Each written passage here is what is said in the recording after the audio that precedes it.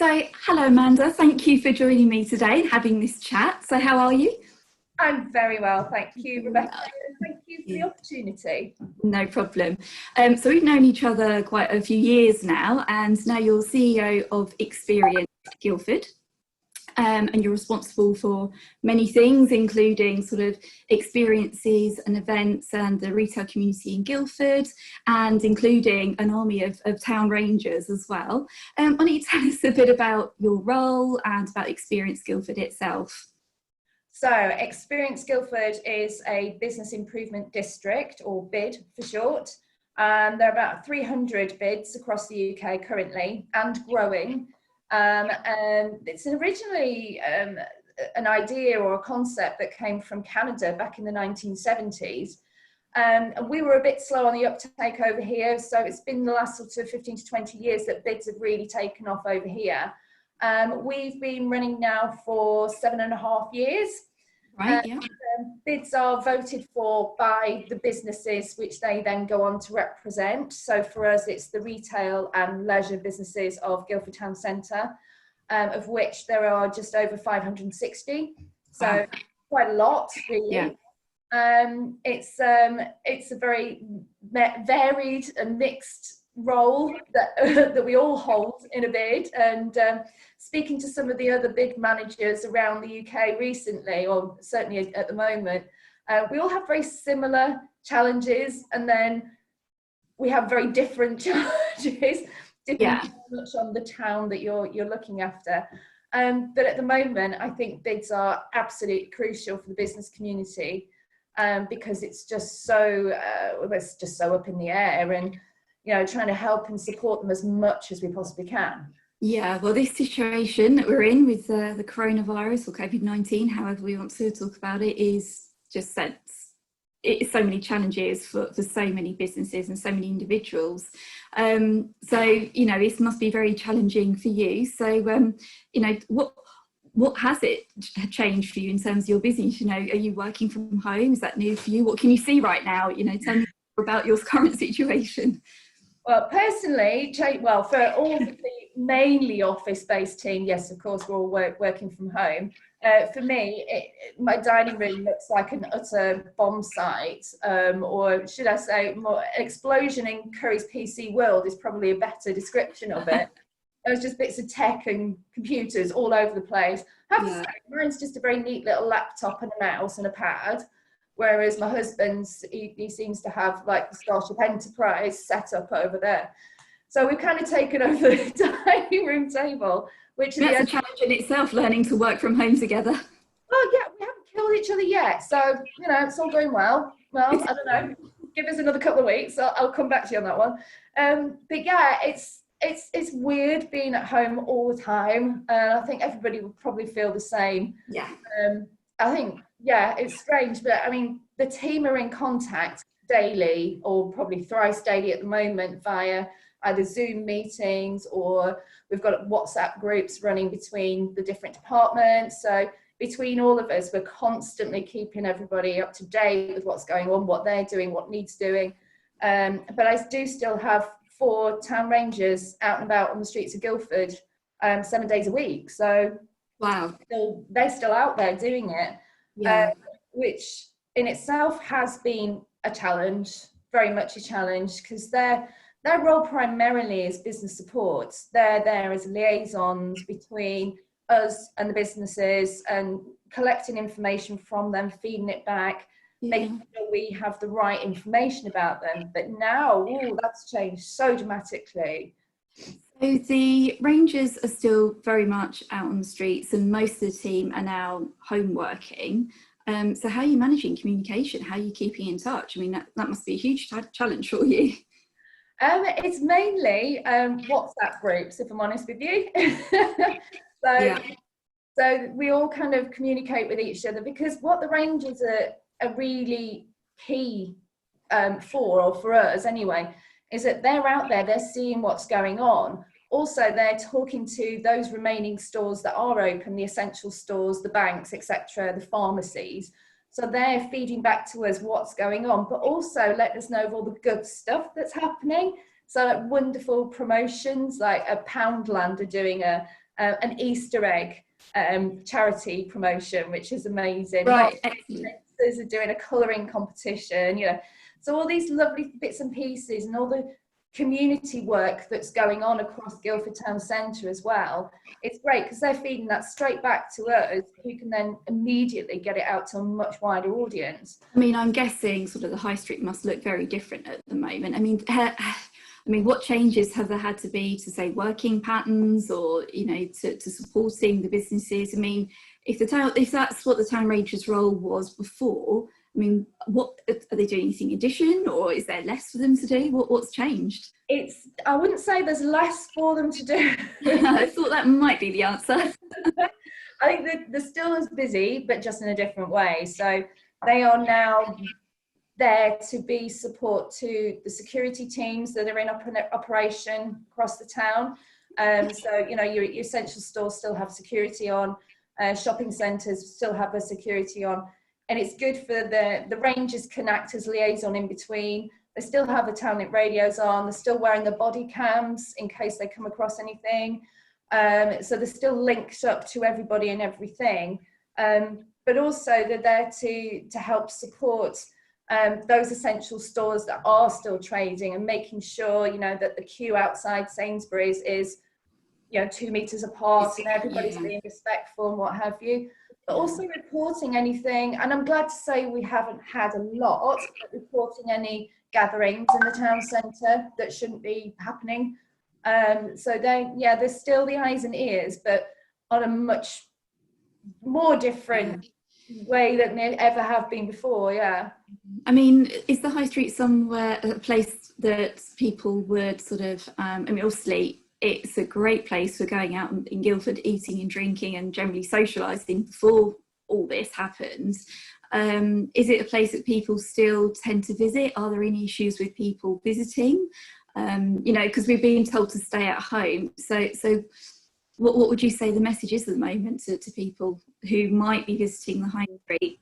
Well, it's a really tricky one, because I know that there are locals to Guildford who want to visit the high street because they want to get their essentials from the local supermarkets and what have you, pharmacies, etc. Which in a way is good, because it means they're not making unnecessary journeys to supermarkets out of town. They can use what's available to them on the high street. That said, we would always drive home the point that, you know, only come out if it's for food or essentials, you know, medicines, etc. Because I want everybody in the world to stay safe. So I want people to respect the work that my team and the guys that are still in town are actually doing, and I want them to be safe as well.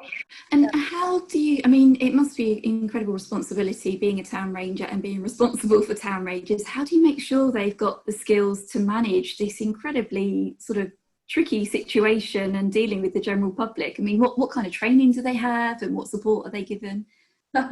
Goodness, right. So my rangers are trained in first aid, defibrillator, you know, emergency pickup, that sort of thing.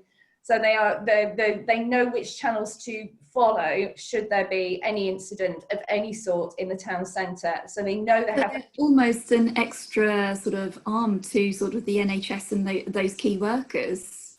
To a degree, yeah. They were endorsed. Surrey Police did say, look, you are seen as essential to supporting us in Guildford Town Centre. They carry SIA, security industry accreditation badges. So they've been right through the training for that, or past it obviously, and they wear the sort of identification that says, so, you know, just if a member of the public wanted to know why they were still out and about, they could say, well, this is why we're here and what we're being asked to do. But obviously their safety is my main priority. So should there be a point where I think it's not safe for them to be out there at all, then we're pulling. We have to. So that's where we're going. I mean, I'm guessing it's kind of a movable feast at the moment. We're just looking at sort of what's coming out from government and responding appropriately. All businesses are. You know, what can you can you see what's happening on the high street at all? What's your view? What's the Experience Guildford's view of what's happening in terms of the retail businesses? Well, that's a tricky one. It's interesting. Too early to tell, maybe? Wow, I don't know. I have a theory. The retail landscape was slightly rocky anyway, wasn't it? Let's be honest about it. And I saw in the news only today that Debenhams have filed for going into administration. So there was that. There are certain things that you think, well, maybe that was on the cards anyway, potentially. Yeah. If it wasn't going to happen right now, at some point it probably would have done. What COVID-19 might be doing is just speeding up that process for those that are unfortunately going that way. That said, and I love this quote, and I was reminded of it the other day in a webinar I was listening to. It was Winston Churchill, and he said, "Never let a good crisis go to waste." And I thought, actually, I'm glad you reminded me of that, because actually it's quite a good point. Yeah. There are those businesses that already are starting to evolve and change and adapt, and they'll grow into something stronger, something completely different, or as a town centre, we will attract completely different types of businesses. So the high street, I don't think it will ever be the same, or the town, should I say, as it was 4 weeks ago. Sure. But it will certainly never die. That's for sure. Yeah.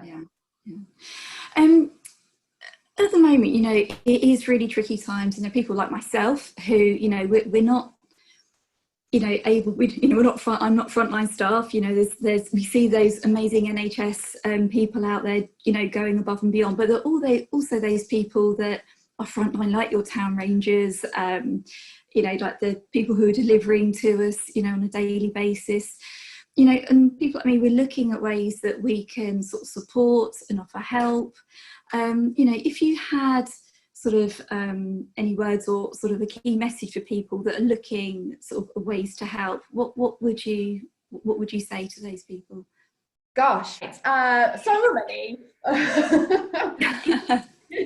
On a professional point of view, I would say certainly, you know, keep supporting your towns, keep supporting your independent traders as well, because they are a resilient crowd, those guys, they really are. And I know that Guildford is extremely dedicated and supportive of their indies. I know that. Very loyal, yes. So loyal, it's brilliant, I love it. But remember that they still need your support at this time. So even if it's just sharing a nice thing on Facebook about them, doesn't matter, anything you can do to kind of bolster that. But on the wider, more wider picture is probably the right way to put it. There's something I've just become involved in called Surrey Drive. And it's essentially a way of getting food safely to all the team up at the Royal Surrey County Hospital up at the top of Guildford. Okay. So there was a problem where people wanted to help and give food, but what you couldn't do was just turn up at A&E with a lasagna, because it's helping nobody. And a lot of my businesses were saying, well, you know, we're obviously not open to customers at the moment, but we can still cook and we can still get food up there to help them out. How do we do it?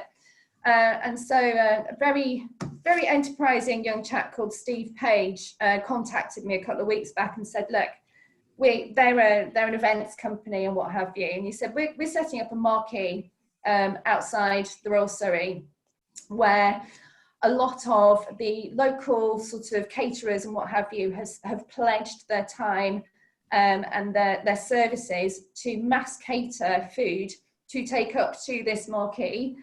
Once it's all dropped off, they all back off, obviously, and then the Surrey staff can come in and help themselves to hot meals or treats, or whatever it may be. This is something that he approached the trustees of the hospital with, and they said, yes, please help. So I would say if you can just donate maybe £10 towards Surrey Drive to help this keep going, please do. It's on Facebook, it's on all socials, on our website, everywhere. Yeah, make sure to share that. Excellent. Yeah. And I just thought, what a great initiative. And obviously, Experience Guildford are so behind it, because it's what a wonderful job they're doing. And There are so many amazing things, and it's only by talking, having conversations like this, you get to learn about those great things. So thank you for sharing that. So yeah, it sounds like, is it being successful? You know, is there many people, businesses that are catering for them? And yeah, I think last I saw a couple of days ago, I think they had about 7 or 8 different caterers working with them constantly. But there are other kind of couple of my in restaurants get involved as well on ad hoc basis. But I think they've raised about £16,000 so far, and it's only been launched, what, 2 weeks? So wow. I know, it's great. But it all helps. It all helps. Yeah. And how about Experience Guildford? I mean, is there anything that people can do to help the whole sort of the team there, the Town Rangers, or that, you know, that Guildford itself? Anything else that we can do to help you, or is it just, you know, just be mindful to come back once this is all over? I think you hit the nail on the head there, Rebecca. Yeah. I think yes, definitely. But don't forget the town now would be the thing that we're doing.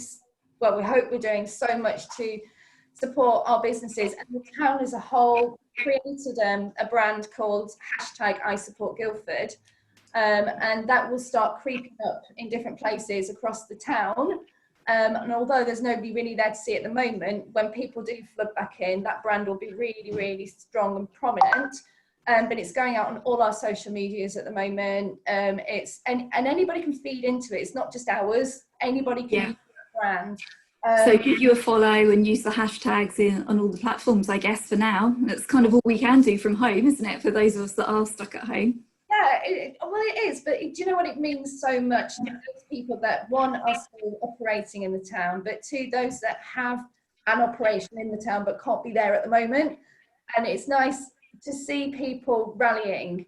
I think that feeling of community at the moment is something that we're all, if we haven't felt part of it, we definitely feel part of it now, crazy enough, from our own homes. And I think things like the hashtags really help create a community when you can't be out there amongst people. So I think things like that are great. And yeah, I think any opportunity to create, you know, people coming together to either support a cause or raise awareness or just feel that togetherness, I think is absolutely superb.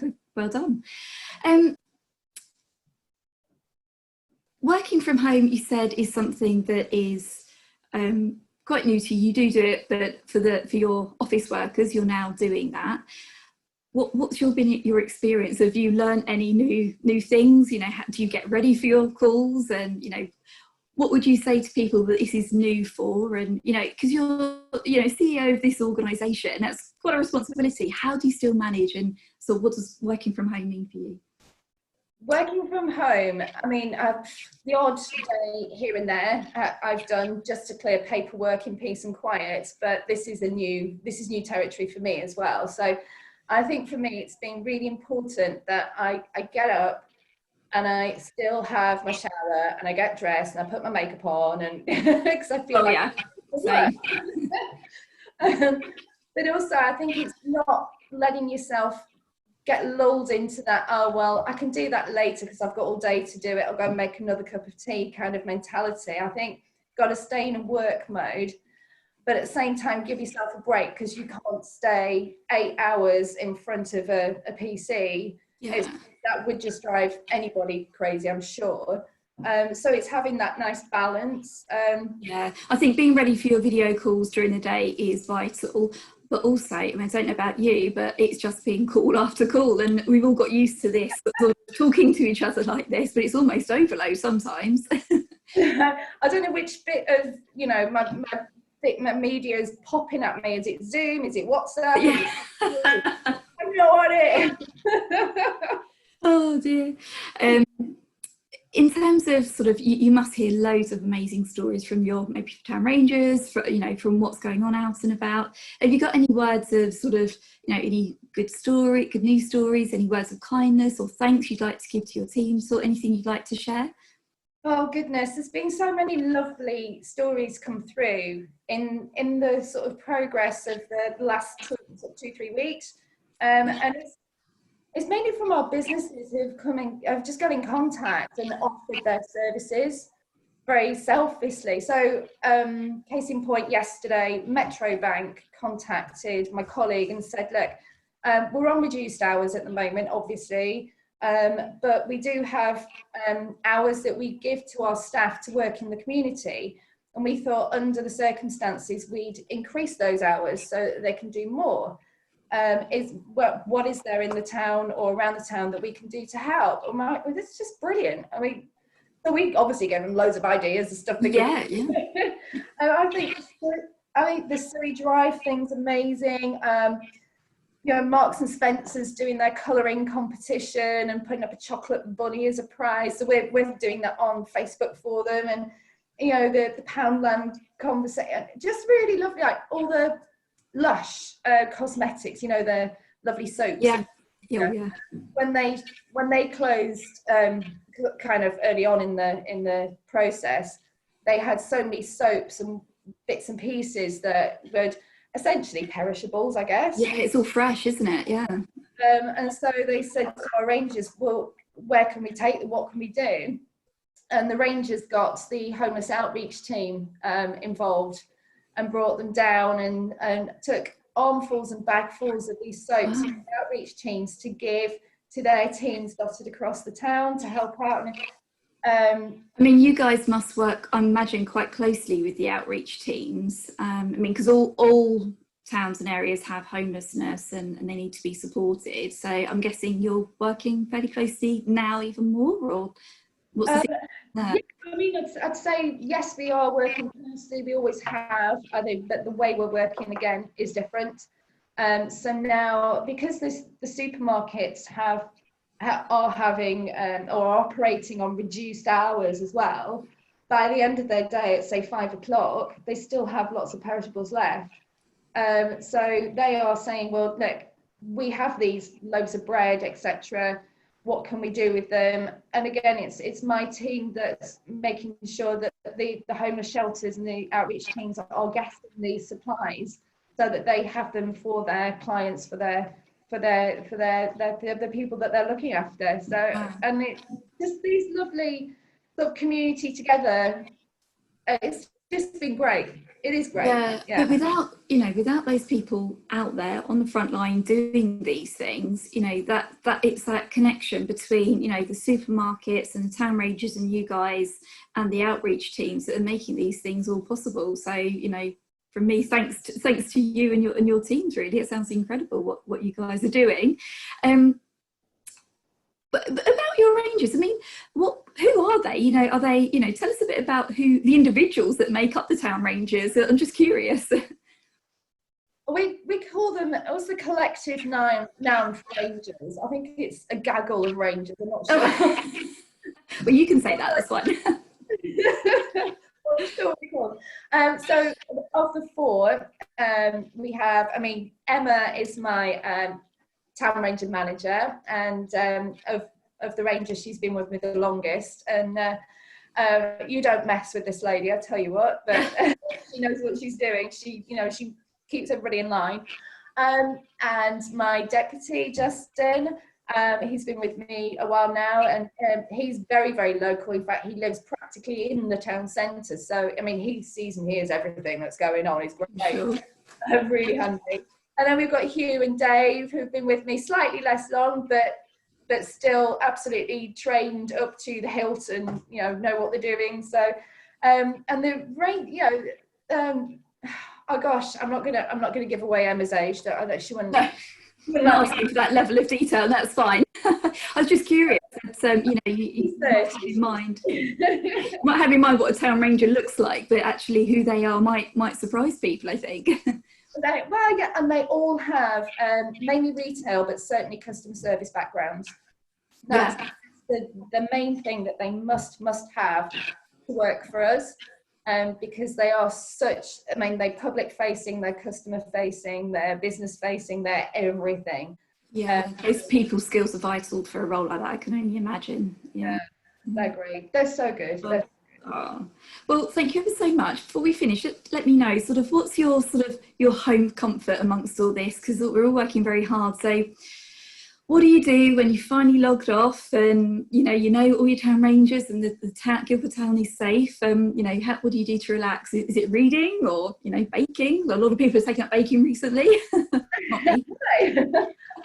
I'm not sure baking's a good idea at the moment, so I'm not getting as much exercise as I was to get through the door when this is kind of finished. My hobbies are gardening when the weather's good. I really enjoy that, and that's good fun. Just pottering around, doing a little bit like that.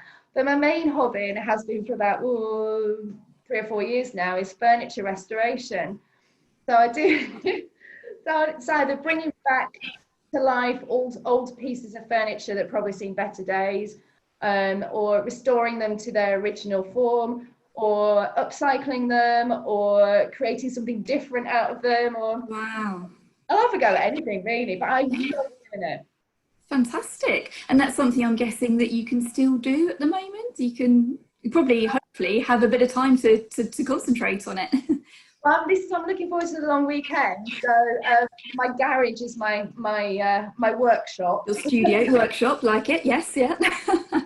But with the weather hopefully being this nice, I'll be able to take some outside and sit in the sunshine and do a bit of sanding. Yeah. Oh, fabulous. Well, I hope you get a chance to do that. So have a lovely weekend, and thank you ever so much for chatting with me. Thanks, Rebecca. Lovely to speak to you. Thank you.